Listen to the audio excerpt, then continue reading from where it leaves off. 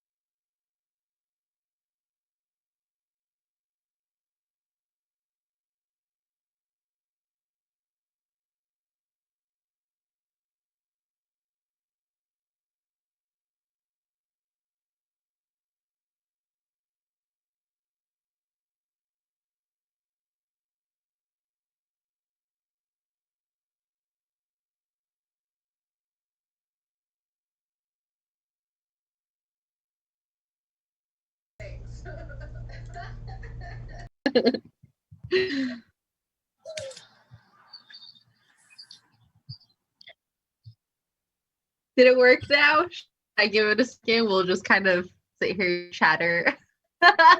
Wait, hope the internet's gonna work. Internet. Because social distancing does not let us use the internet these days that easily, apparently. We've also learned. Yep. But let's try this again. So if you're just tuning in, this is a nice little special social distancing Avery and Things Wait What's Local with Stacy. She's the executive chef here with the Light Lounge at the downtown Clifton here in downtown Tucson. That was a mouthful. I'm so sorry. Hopefully that came out okay. But if you want to tell us a little bit about yourself, Stacy, like where you got started, how you got involved with the downtown scene, because that's pretty prestigious, I will admit. Pretty did that. That's pretty incredible. So excited for you. I've only been back in Tucson for about 8 years now. When I got out here, it was to go to culinary school. Met Janet Jones and kind of just, we couldn't stay away from each other. It was like every time we would get a job, then all of a sudden the other person would be there. We were like attached at the hip. So then I just kind of grew through Tanqueray Guest Ranch, and I worked for Llanos for a while. So I worked for a lot of really great chefs and worked with a lot of really, really great people. And then Travis Peters came to me and said that there was a new kitchen opening at the downtown Clifton and wanted me to work there. So I was like, okay, cool. Let's try that. Let's see what happens. And then my other coworker got a job at Commoner & Co. Great for him. It's a great opportunity. It's a great place. And then I became executive chef before, the world fell apart. And here we are talking about it. Here we are. So now,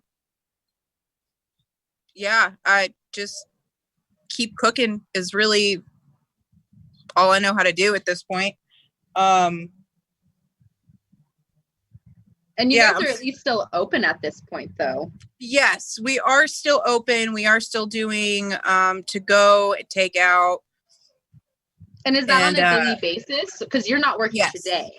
No, I'm not working today, but I do have one person in the kitchen that works on Mondays. So I can have a day off. Yeah, the hours are a little bit different on Monday, where we open at 4 on Mondays. The rest of the week is 12 to 10. And we do delivery, mainly just in the area. We're not hooked up with any of the like Uber Eats or anything like that. Mm-hmm. It gets really expensive. I'm not gonna lie. It really does. I mean, I think I just used DoorDash, and I spent way more than if I would have just went and got it myself. I know, because I always like to tip a lot too, especially right now. But we are still open. We're doing some similar to what some of the other restaurants are doing. We do a Friday, but it's only on Fridays. So we do a big family Friday dinner.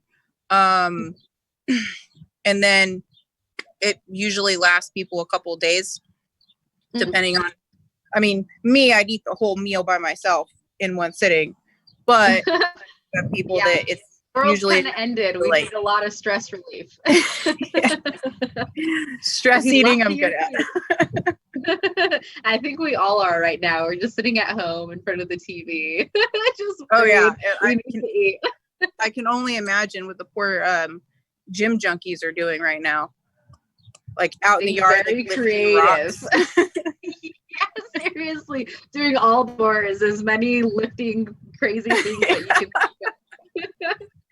So since you're so busy, when we have a day off pretty much at this point, do you do a lot of cooking for yourself? No, I still don't like to do it. Oh, you don't like to do it. That's different. No, I stopped cooking for myself a long time ago. I don't cook at home unless I'm cooking for somebody, or if I'm going to make a big enough batch to take it to somebody. Like if I make, I've done it with chicken and dumplings. I've made a huge batch of chicken and dumplings and then saved me like 2 days worth, and then took the rest to a bunch of people and was like, here, or I won't do it. I just, I stopped. I don't cook for myself. I cook for other people. So I'd rather make somebody else cook for me. Yeah. Hey, that's fair. And at that point, you definitely above and beyond deserve to just sit down and have somebody cook you dinner in your own house. Like, okay, that is the tip of the day. If you are dating a chef, you're interested in dating a chef, please make them dinner. Cook them all the things, all the time. Yes. Love it. Yes. I've had people that are nervous to cook for me. And I'm not like the best chef in the world. Like I can cook, my food's good, but like I'm not anybody to critique anybody on their food.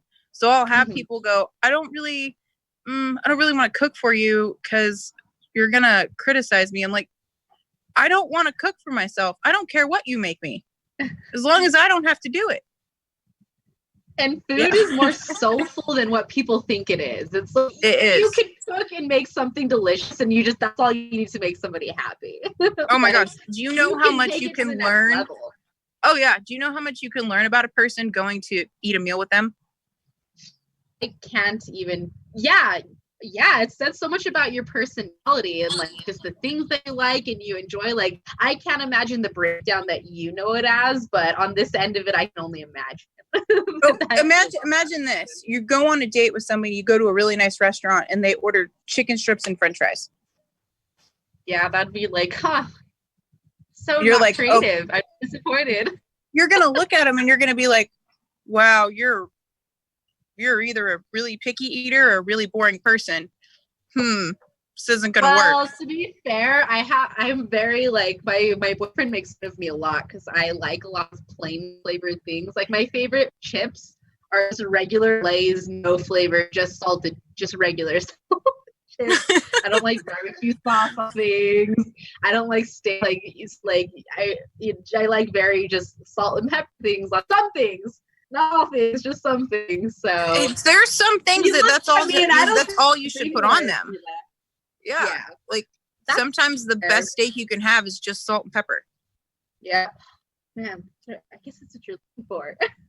But that's good to know that from a chef's perspective that, hey, take it a little easy on yourself. Like, you just don't have to think of yourself as like this mastermind or anything to be just sit down and cook a meal. Yeah. Yeah, you really don't. I mean, honestly, if I don't have to make myself dino nuggets and somebody makes dino nuggets for me, you've already done a lot. I didn't have to get up. I don't have to put them in the oven. I don't have to keep a timer on them. You do it. You feed me. I'm fine. Yeah. And paying attention too. Like that's such a big part of it, having to be aware of like, okay, put it in the oven, waiting, and just having to constantly be in connection with like your kitchen. Of course you want to break from it. Even that little thing is like too much sometimes. Yeah. Yeah. And I mean, we are slow when we're not doing the dinners. So there's a lot of me just like sitting and researching and watching cooking shows and stuff like, but being at work from noon to 10 every day and not getting a whole lot of orders is just as tiring because you're just sitting there and waiting for something to happen. And like some days we get abnormally busy, but it's usually the Fridays that we build up to. So then Fridays is like, I'm doing like 3 days worth of prep. And then the rest of the week is me researching and figuring out what we're going to do for the next week. Or, figuring out what we're going to do when we can reopen. Are we going to keep this menu? Are we going to change the menu?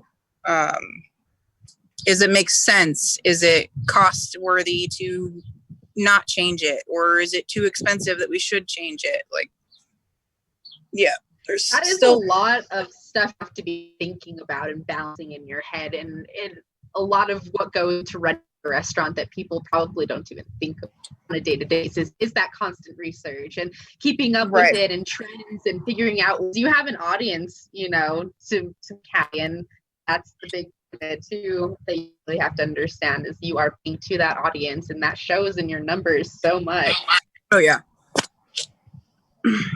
Yeah. We are also still, people are able to rent rooms.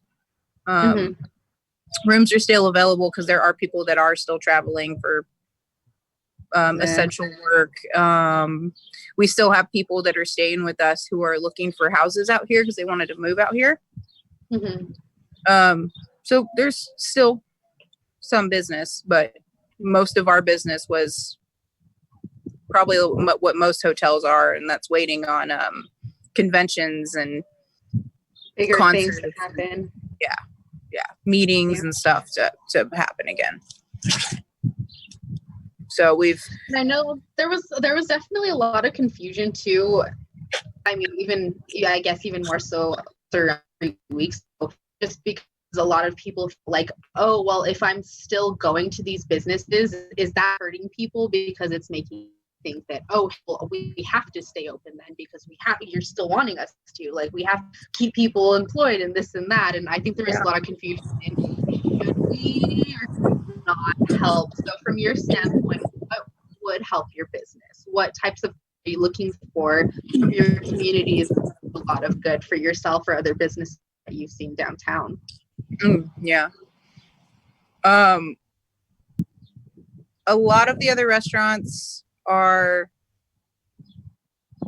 they're really focused on doing the to-go stuff, like what they're doing, like the family stuff that I'm doing, they're doing like all week, or they're doing like single portion, like ready to eat meals, or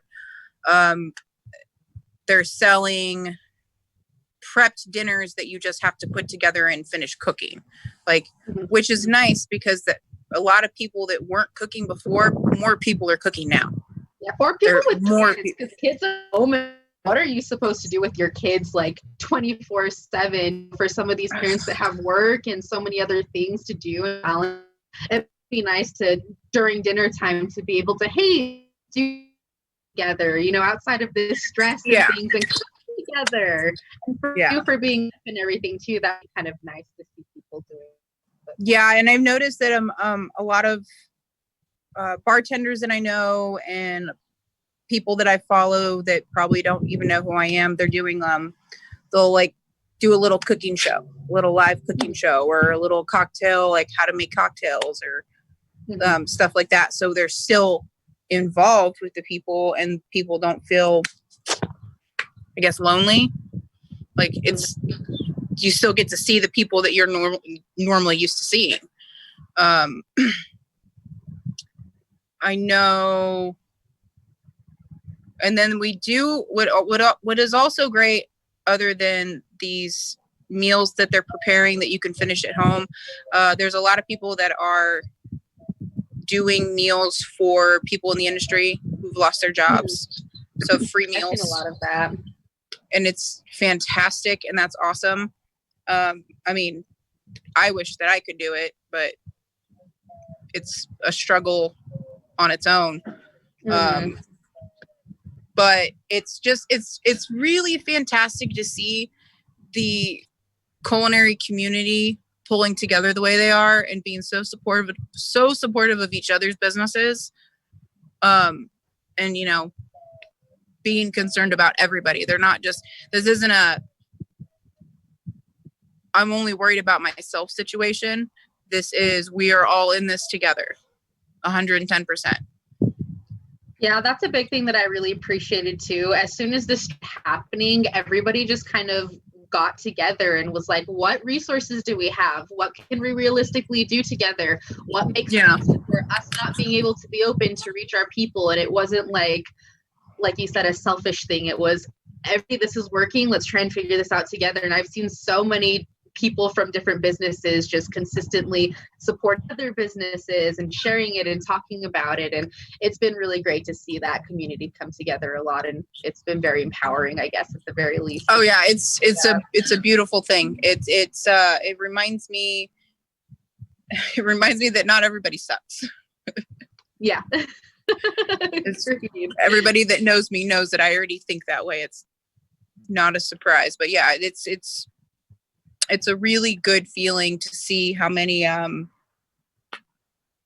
even the donations, the canned food donations that I've seen, and people giving toilet paper to each other. Yeah. Nice to see that not everybody's just hoarding it for themselves.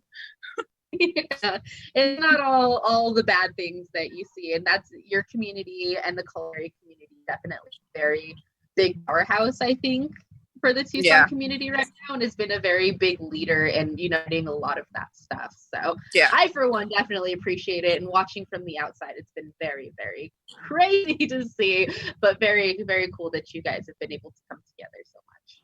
Yeah, it's awesome. It's fantastic.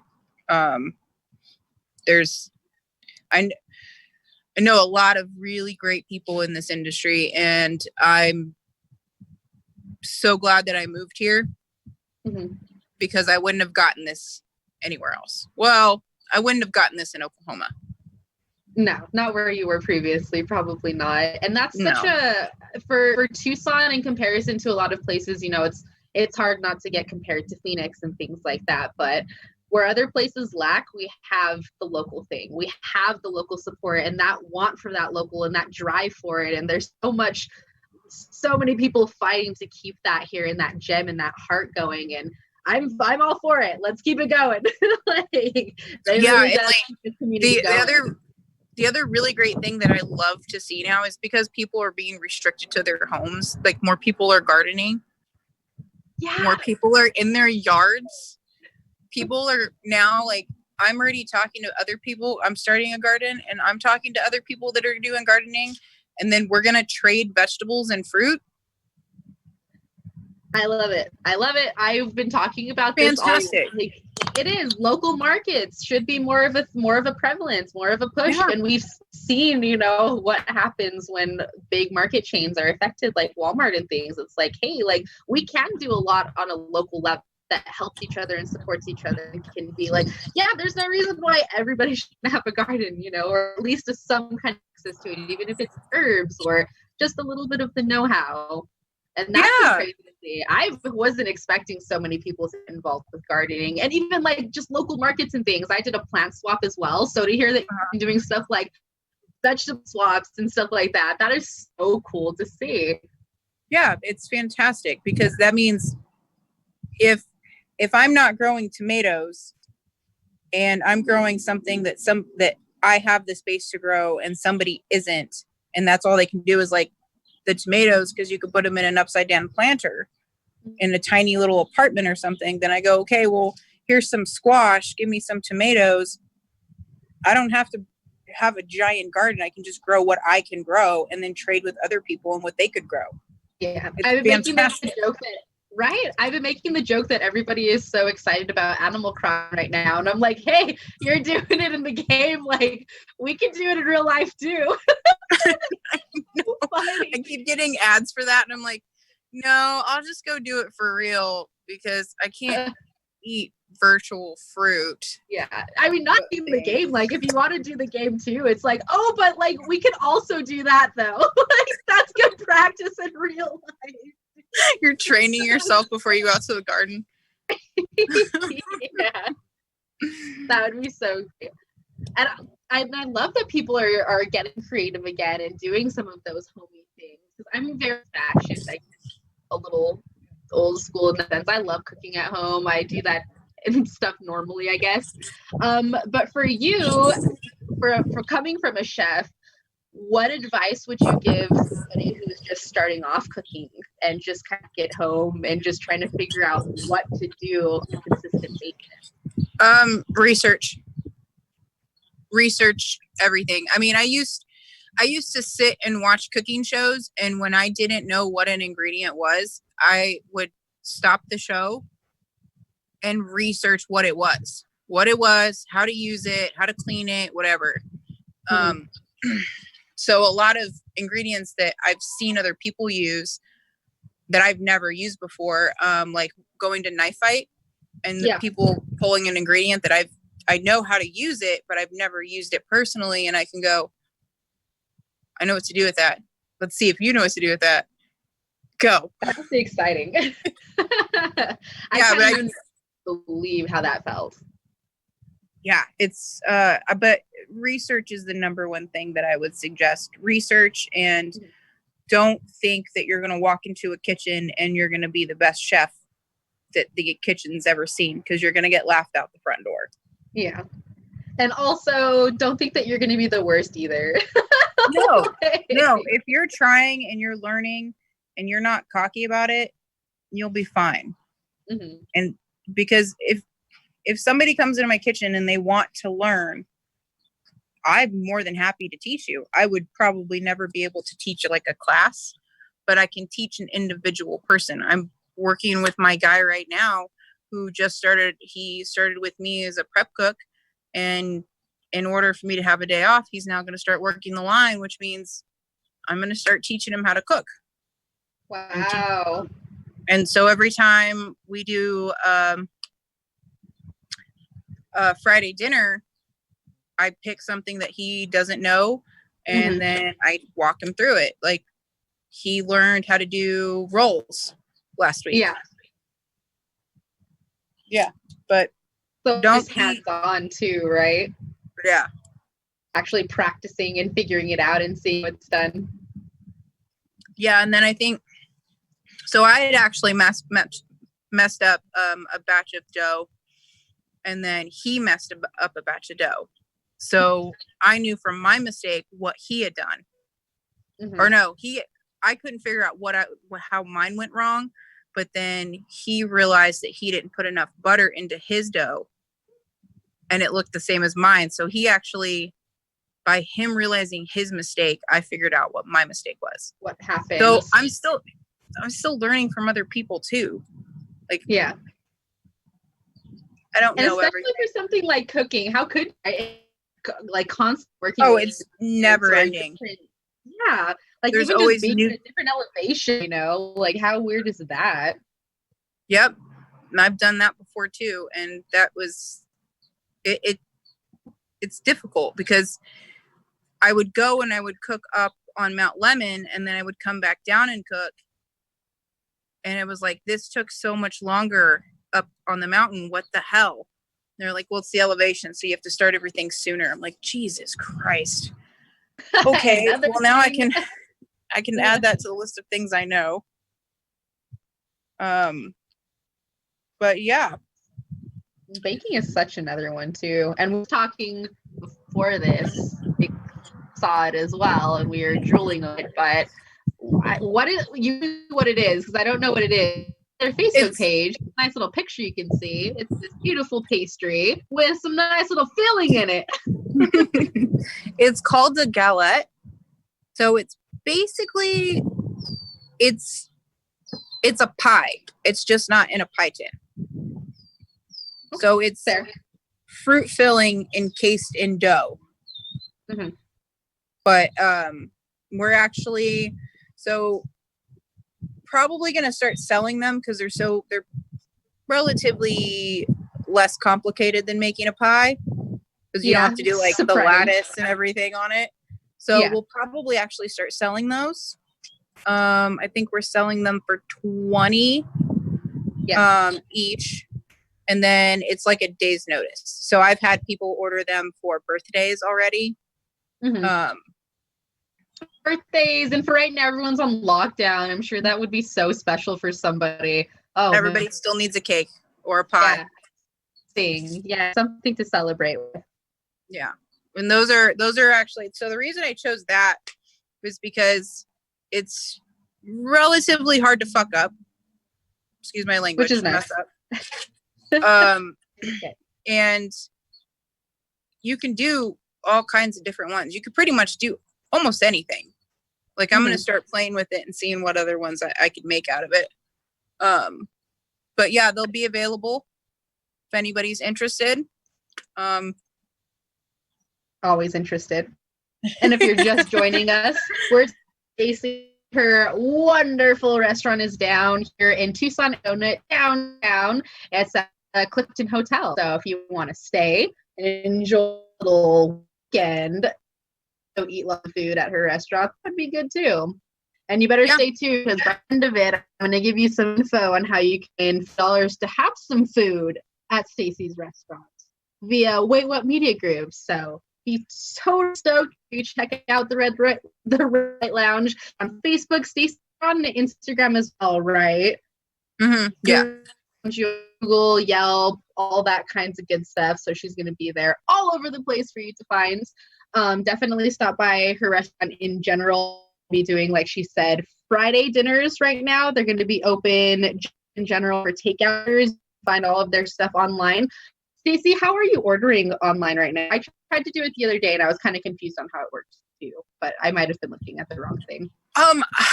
Honestly, I'm not gonna lie, I haven't really looked at it myself. I just know that you go on through the actual our actual website.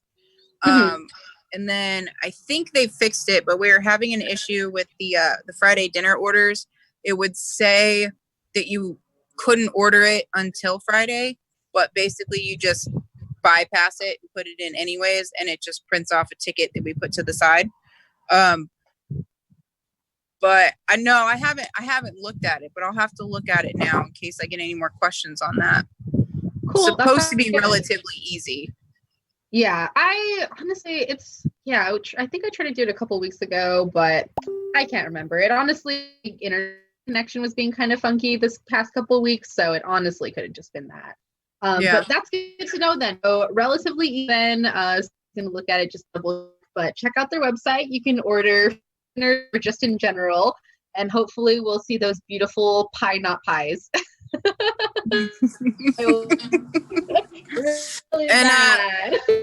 We also still sell gift cards. So if anybody wants gift cards to, help us out, keep the lights on, for later or for now, or just to give people as gifts, like we do still have gift cards, which is good.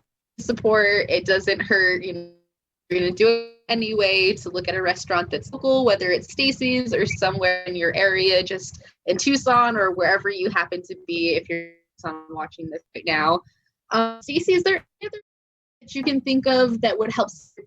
We got cards. You said the hotel was still booking and things, so if that does help, if you end up traveling, just looking in advance if thing comes up. I know things are kind of. If people are looking for a staycation to get out of their house, like you're more than welcome. We've got plenty of rooms. It's a nice little staycation. It's a nice little area downtown. If you do a staycation, I request room 29 or 30. They have the best view.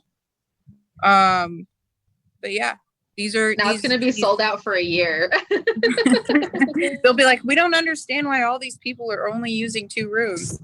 Like, I don't know. It stays long. Stacy it.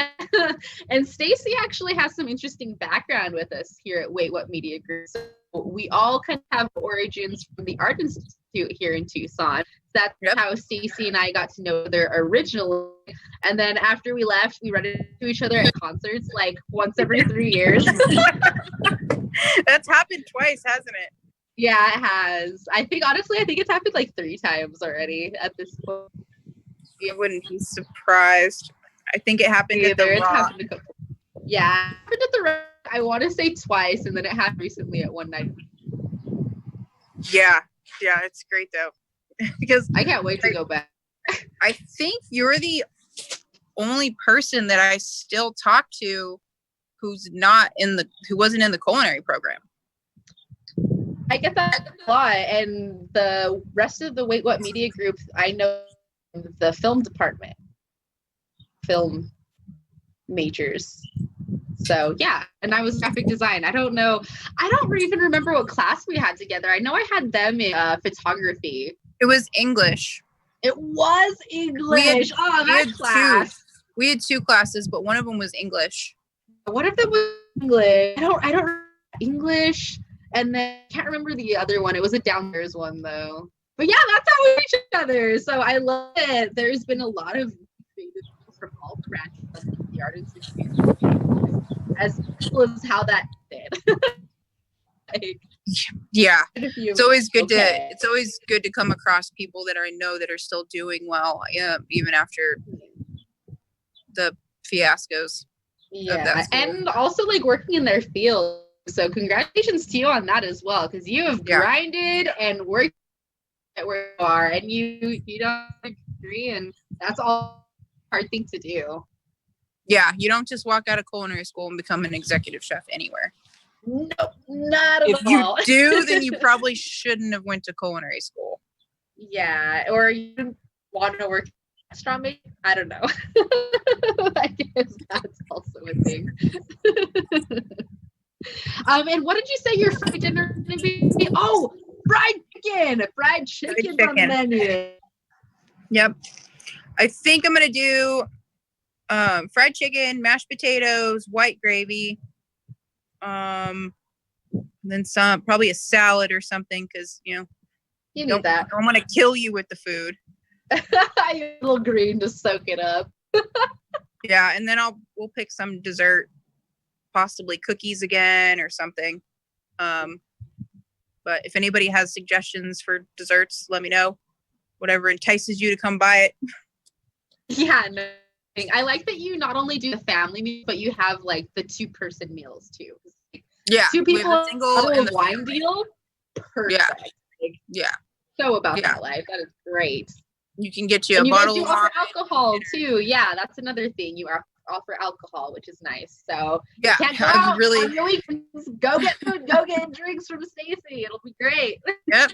Go sit on your patio and get drunk. Stare at the street. Don't cause any trouble. It's all we need. As long as our children are safe and happy, it's fine.